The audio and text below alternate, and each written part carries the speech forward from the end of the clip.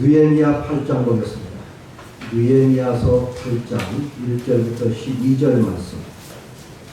제가 가지고 있는 성경 737쪽에 있습니다.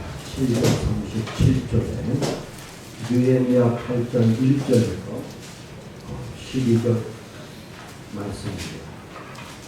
이 말씀을 보도록 하겠습니다.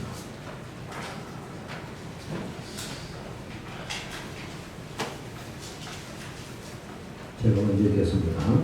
이스라엘 자손이 자기들의 성읍에 거주하였더니 일곱째 달에 이르러 모든 백성이 일제히 수문 앞 광장에 모여 학사 에스라에게 여호와께서 이스라엘에게 명령하신 모세 율법책을 가져오기를 청하매 일곱째 달 초하루에 제사장 에스라가 율법책을 가지고 백성과 온 남자나 여자나 알아들 만한 모든 사람 앞에 이르러 수문 앞 광장에서 새벽부터 정오까지 남자나 여자나 알아들을 만한 모든 사람 앞에서 읽음에 뭇 백성이 그 율법책에 귀를 기울였는데 그때 학사 에스라가 특별히 지은 나무에 서고 그에게 오른쪽에 선 자는 마띠냐와 스마와 나냐와 우리야와 일기야와 마아세야요 그의 왼쪽에 선 자는 부다야와 마사와 아이야와 하수와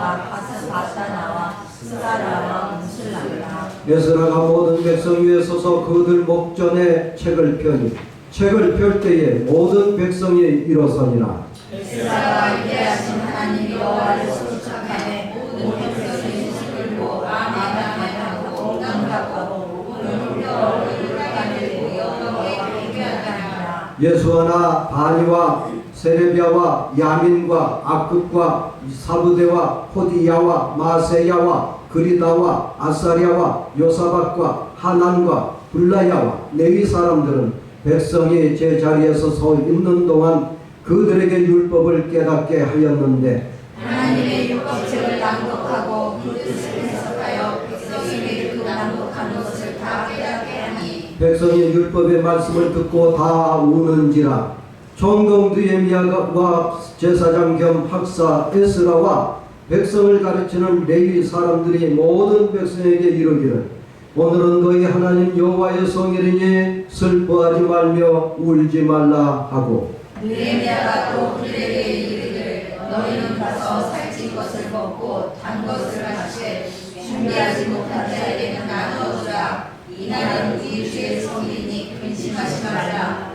여호와로 인하여 기뻐하는 것이 너희에게 힘이라 하고 레위 사람들도 모든 백성을 정숙하게 하여 이르기를 오늘은 성일이니 마땅히 조용하고 근심하지 말라 하니 모든 백성이 곧 가서 먹고 마시며 나누어주고 크게 즐거워하니 이는 그들이 빌려준 말을 하리라. 아멘.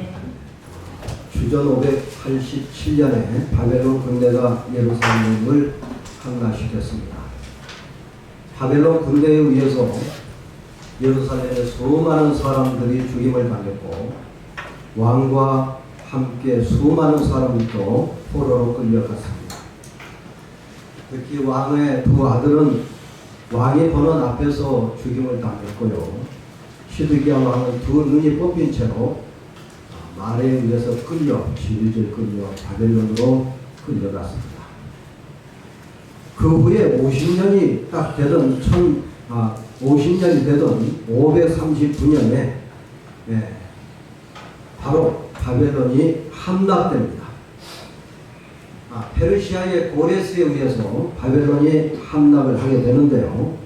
고레스는 집권하자마자 유대인들을 팔레스틴으로 돌아가도록 칙령을 내립니다. 그래서 유대인들이 팔레스틴으로 돌아오게 되는데 538년 1차 스룹바벨의 지도하에 돌아옵니다. 그리고 2차는 80년이 지나서야 학사 겸 제사장인 에스라의 지도 아래 돌아오게 되고요. 그 후에 13년이 지난 다음에 느헤미야가 총독의 직함을 달고 돌아오게 됩니다. 이미 느헤미야가 돌아왔을 때에는 스룹바벨에 의해서 예루살렘 성전이 다시 재건이 되었지만 성벽은 여전히 무너졌고 폐허가 된 상태였기 때문에 느헤미야는 성벽을 완성하는 데 진력을 다합니다. 그리고 우여곡절 끝에 완성하게 되죠. 느헤미야와 에스라는 일련의 개혁을 단행합니다. 에스라는 신앙개혁을 담당했다면 느헤미야는 생활개혁을 담당을 하면서 그러면서 대각성 운동을 일으키게 되는 거죠. 오늘 본문 말씀 보면은 그 시작점에 있는데 구약 종교 달력에 의하면 일곱째 달 초하루가 되겠습니다. 일곱째 달 초하루를 가리켜서 구약에서는 나팔절이라고 그렇게 말을 하는데요. 제사장이 나팔을 불면서 전국을 돌아다니며 축제일인 것을 알렸다라고 하는 점에 있어서 나팔절로 그렇게 기록되어 있습니다. 그렇지만은 느헤미야 당시에 민간인들 사이에서는 일곱째 달 초하루가 되면은 정월 초하루, 설날이라고 그렇게 믿었습니다. 그래서 7월 1일이 그들에게 설날이었던 거죠. 오늘날 태양력에 따르면은 10월 1일 정도, 10월달 1일 정도 되는데 주전 445년으로 그렇게 밝혀졌습니다.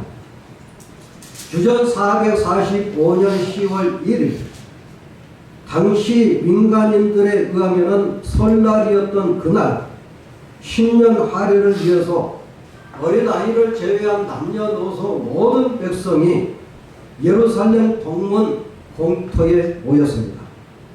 예루살렘 동문에 있는 공터에 모였는데 이 문을 가리켜서 수문이라고 그렇게 말하는 것은 그 주변에 기원샘이라고 하는 샘이 있었기 때문에 수문이라고 그렇게 불렸던 것 같습니다. 여기에 모여서 그들은 지난 세월을 돌이켜보면서 신년 할애를 하고자 한 것입니다. 그동안에 오랫동안 성전을 건축하고 성벽을 축성하느라 심신이 지쳐 있었을 겁니다. 그러나 영적인 갈증은 더욱더 심각했죠. 그래서 무엇보다도 그들은 하나님의 말씀인 율법을 듣고 싶었습니다. 그래서 그들은 에스라에게 율법책을 요구를 하게 되고요. 에스라는 드디어 율법책을 들고 강단에 서게 됩니다. 에스라가 율법책을 들고 회중 앞으로 나갔습니다. 특별히 나무로 제작된 강단 위로 올라갔습니다. 강단 위로 올라가니 먼데 있는 사람들까지 다 보였습니다. 강단 중앙에 섰습니다. 양편에는 7명씩 레위인들이 도열에 서 있었습니다. 아마도 율법에 대한 존경심 때문에 레위인들이 도열에 있지 않았는가 싶기도 하지만 에스라를 포함하여서 13명의 레위인들이 돌아가면서 율법을 읽기 위해서 도열에 있지 않았는가 이런 생각도 하게 됩니다.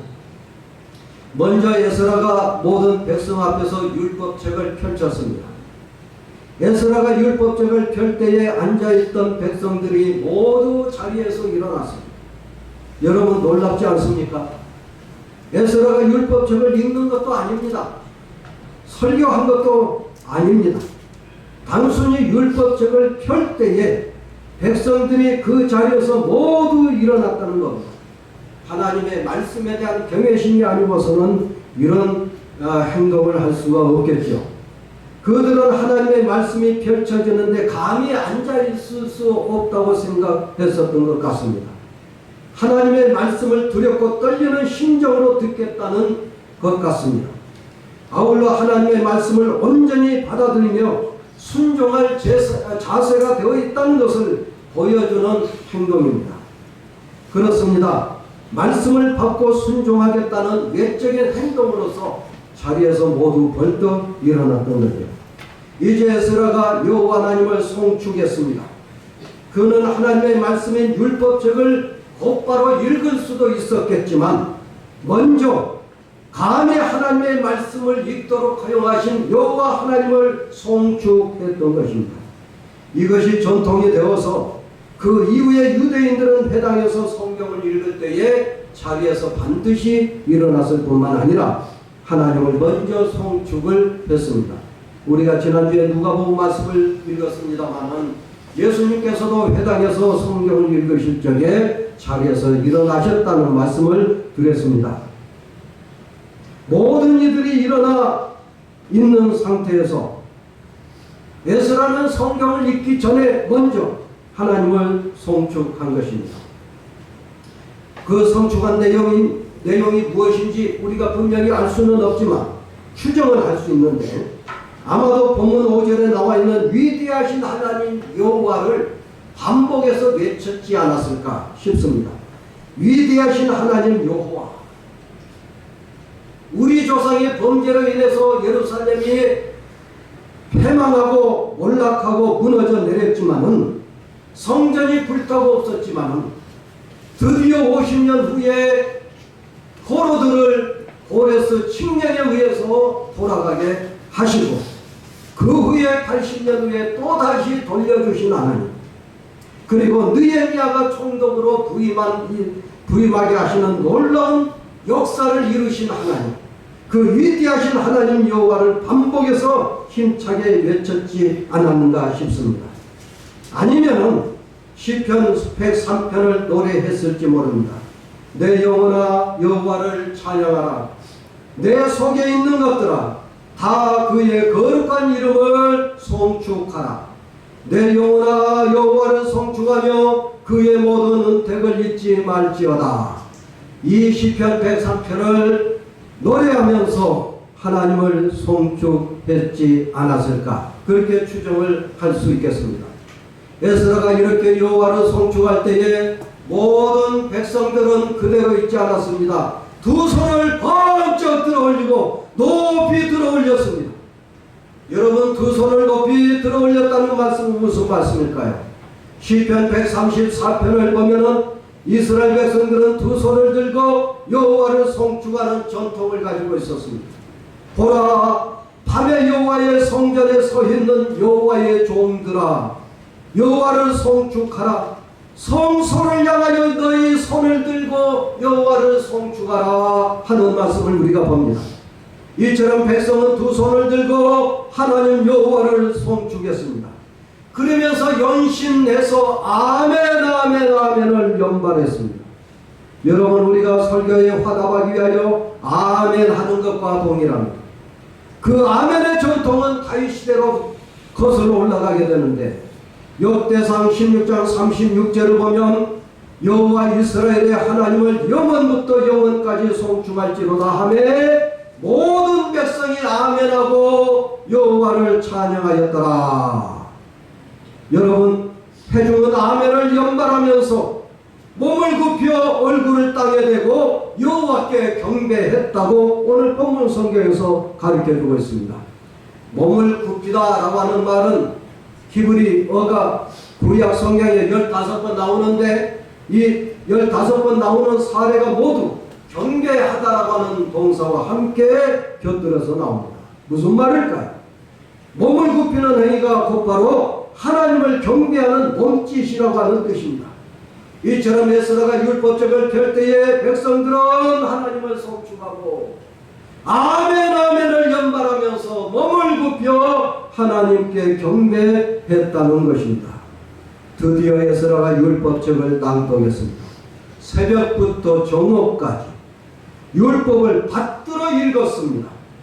율법을 읽기만 하지 않았습니다. 아람어로 통역까지 했습니다. 왜 통역이 필요했던 걸까요? 구약 성경에 기록된 히브리어는 이제는 더 이상 생활용어가 되지 못했고 경전 언어로 고착되어 있었던 겁니다. 히브리어가 사어가 된 지 벌써 몇백 년이 흘렀습니다. 벌써 느헤미야 시대 때는 히브리어를 아는 사람이 그렇게 많지를 않았습니다. 그래서 팔레스틴 본토에 있는 유대인들은 아람어를 사용했고요. 더더군다나 포로지에서 돌아온 이들은 아람어를 사용했지만은 서부 아람어가 아니라 동부 아람어를 사용하고 있었습니다. 대부분 바벨론에서 태어난 이들이었습니다. 그들의 모국어는 이미 메소포타미아 언어가 되고 말았던 거지요. 그래서 강단에 올라갔던 레위인들은 에스라가 율법책을 읽을 때마다 한 절 한 절 아람어로 통역을 해주면서 청중들의 이해를 돕기 위해 정확하게 통역을 해주었던 겁니다. 그뿐만이 아닙니다. 율법의 요지를 설명하면서 강해까지 해 주었던 것을 봅니다. 회중들은 율법을 듣고 감격하고 감동했습니다. 알아들을 수 없는 히브리어 봉독이었지만 그들은 경외감으로 충만했을 겁니다. 그들이 통역을 통하여 율법의 내용을 알아서 들었을 적에 감정을 주체하기 어려웠던 겁니다. 마침내 그들의 강해를 들을 때에는 감격하고 눈물을 쏟아내지 않을 수가 없었습니다. 그들은 폭발하는 감정을 억제할 수 없어서 모두 다 울었다고 오늘 본문 성경은 증언하고 있습니다. 모두 다 울었던 이유가 어디 있을까요? 그들은 왜 울음을 주체하지 못했던 걸까요? 율법을 듣는 것 자체가 기뻐서만은 아닙니다. 율법의 내용의 은혜를 받아서만은 아닙니다. 9절 하반절을 보십시오. 총독 느헤미야와 제사장 겸 학사 에스라가 율법을 가르치는 레위인들이 백성들에게 슬퍼하지 말라고 그렇게 당부를 합니다. 그들의 울음은 슬픔의 눈물이었습니다. 통회의 눈물이었습니다. 통회하며 자복하는 눈물이었던 것입니다. 역대하 34장 19절 말씀을 보면은 예루살렘이 멸망하기 전에 요시야 왕은 성전을 수리하다가 율법책을 발견합니다. 그 율법책을 서기관 사반이 봉독하자 요시야 왕은 옷을 찢으면서 울었다고 했습니다. 율법을 잊고 자신들의 범죄가 속속히 드러나자 요시야는 통에 자복하면서 통곡을 했던 겁니다. 마찬가지였습니다. 에스라가 율법을 히브리어로 읽고 레위인들이 율법을 아람어로 번역을 하고 그리고 강해를 하고 있을 때에 회중은 율법과 자신들의 행위가 너무나 커다란 괴리감이 있다고 하는 사실을 깨달았던 겁니다. 그리고서 통회하며 자복하고 울었습니다. 앞에서도 말씀을 드렸습니다만 9절 하반절을 보면은 느헤미야와 에스라와 레위인들이 회중에 슬퍼 우는 것을 만류했습니다. 오늘은 너희 하나님의 여호와 성일이니 슬퍼하지 말며 울지 말라. 10절 하반절을 보면은 총독 느헤미야가 다시 당부합니다. 이날은 주의 성일이니 근심하지 말라. 11절 하반절을 보면은 레위인들이 또다시 거들어줍니다. 백성에게 슬퍼하지 말라고 권면합니다. 오늘은 성일이니 마땅히 조용하고 근심하지 말라 하는 겁니다. 여러분, 왜 울음을 그치라고 그렇게 말씀할까요? 슬퍼하지 말라고 만류한 이유는 다른 데가 있습니다. 그날은 앞에서 말씀을 드렸습니다만 나팔절이었습니다. 전통적으로 제사장들이 나팔을 불면서 성회를 선포했습니다. 어떤 노동도 하지 말고 여호와께 화제를 드리라고 했습니다. 나팔절은 슬퍼한 날이 아니고 즐거워하는 날입니다.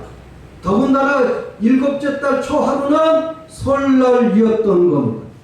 설날이 슬픈 날이 될 수는 없지요. 동서고금을 막론하고 설날은 슬픈 날이 아닙니다. 희망의 날이고 기쁨의 날인 거죠. 그래서 울지 말라고, 근심하지 말라고, 그렇게 정숙하라고 그렇게 권면하고 있었던 것입니다. 우리의 초기 한국교회를 한번 돌이켜보겠습니다. 1866년 제너럴 시어머노가 대동강, 평양 대동강에 들어왔습니다. 시어머노 선장은 조선군 이현익을 억류하면서 통상을 요구했습니다. 총과 대포를 쏘면서 강압적인 행동까지 했습니다.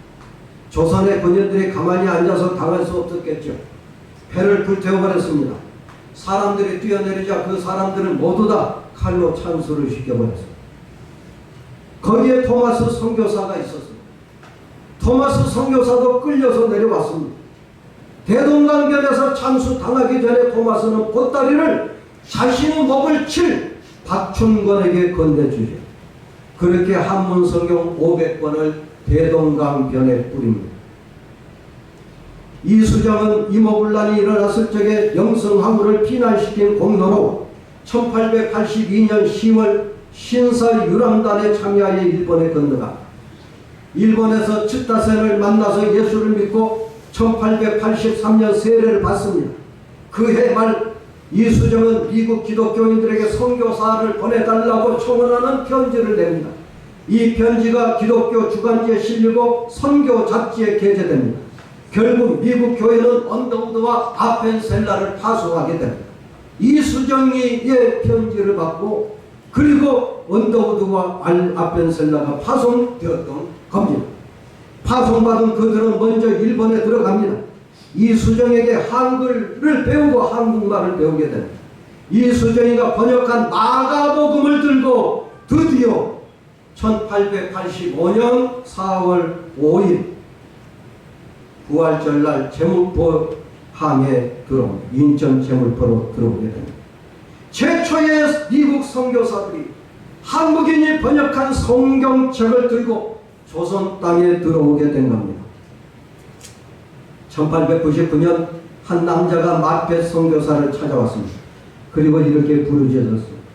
목사님, 저는 이제 더 이상 이대로 못 살겠습니다. 제가 33년 전 토마스 선교사를 참수시킨 박중건 올시다. 그때 그가 죽어가면서 내게 주었던 작은 보따리가 있었는데 그것이 성경책이었습니다. 그것을 읽고 제가 마음에 찔려서 이렇게 목사님을 찾아왔습니다. 어떻게 하면 좋겠습니까? 이후에 박중건은 어떻게 됐을까요? 평양 안주교회 장로가 됩니다. 자신이 칼로 토마스 목을 참수시켰음에도 불구하고 회개하고 한국교회 지도자가 된 겁니다. 한편 박영식이라고 하는 평양 감청 경비는 토마스 선교사가 대동강변에 뿌린 500여 권의 한문 성경책 중에 일부를 가져다가 자기가 운영하고 있는 여관 벽에 도배를 해버립니다. 그런데 하나님은 합력하여 선을 이루시는 분이지 않습니까? 그 여관에 묵었던 사람들이 도배된 성경을 읽고 회개하고 예수를 믿는 역사가 일어났던 겁니다. 그 중에 홍신길이라는 사람이 있었는데 대동문 교회에 교회를 세웠고 그의 동생은 장로가 됩니다. 천도교도였던 김영석은 동생 김종원과 함께 장로가 되었고요. 황명대는 시어머니가 불탈 때 야소 예수라고 하는 말의 한문 표기인 야소 소리를 듣고 예수를 믿고 신자가 됐습니다. 특히 토마스 선교사가 뿌린 성경을 여관 벽에 도배한 박영식은 자신의 집을 평양 최초의 교회로 예배당으로 내놓았던 것, 널다리 교회가 됩니다. 놀랍지 않습니까? 이렇듯 조선은 선교사가 들어오기 전에 성경을 읽었고 복음을 받아들였고 그리고 드디어 선교사가 그 토대 위에서 복음의 씨앗을 확장시켰던 겁니다. 당시는 명성황후가 시해되고 을사늑약이 체결되는 와중이었습니다. 국군이 쓰러졌습니다. 의지할 것이 없는 조선의 민중들은 성경책에 귀를 기울였습니다. 성경을 읽기 위하여 한글을 배우는 국문운동이 일어났습니다. 선교사들로부터 성경을 배우는 사경의 운동이 일어났습니다. 사경에는 글자 그대로 성경을 공부하는 모임이었습니다. 나라와 말과 글을 잃은 상황에서 우리말 한글 성경을 만났던 겁니다. 얼마나 간절했겠습니까? 서당에서 경서를 한 자씩 배우고 암송하듯이 선교사들이 신도들에게 성경 본문을 한 절씩 읽게 하고서 강연을 해주었습니다. 해를 거듭할수록 성경 각권을 공부하게 되었고요. 사복음서, 예수의 생애, 바울 써신 사도신경으로 넓혀가면서 드디어 신약 성경을 모두 통독하게 됩니다. 상투를 들고 비녀를 꽂은 우리 1천여 명의 성도들은 대동강에 내려다 보이는 장대현 교회, 박영식이가 세운 널다리 교회가 장대현 교회로 이름을 바꾸는데요. 그 장대현 교회에 앉아서 갈릴리를 거닐시던 성자 예수의 말씀에 귀를 기울였던 겁니다. 장대현 교회 사경에 참석하려고 압록강가의 삭주 창성지방에서 여인들의 행렬을 머리에 이고 또 등에 지고서 칼바람이 부는 300리길을 걸어왔습니다. 어떤 형제는 전라도 목포와 무안에서 계다르 법진을 지고 평양까지 걸어가 사경회에 참석했습니다. 10일간의 성경 공부에 참석하기 위해서 처녀들은 머리에 쌀자루를 이고 수백 리길을 걸어왔습니다. 아낙네들은 등에 어린아이들까지 업고 왔습니다. 그들의 손에는 떼묻고 닳도록 따라버린 성경책, 한글 성경책이 그들의 손에 들려져 있었습니다. 저희 어머니도 결혼하기 전에 담양에서 광주까지 쌀자루를 짊어지고 가서 성경학교에 다니셨다고 합니다. 대단하지 않습니까? 저희 어머니가 18살 때 결혼하셨는데 그 먼 길을 처녀의 몸으로 쌀자루를 일고 광주까지 가서 성경학교에 다니셨다는 것. 여러분, 우리 선배들은 목숨 내놓고 예수를 믿었습니다. 어찌 목포에서 평양까지 개나리 벗집을 짊어지고 사경회에 참석하기 위해 그 먼 길을 갔어야 했겠습니까?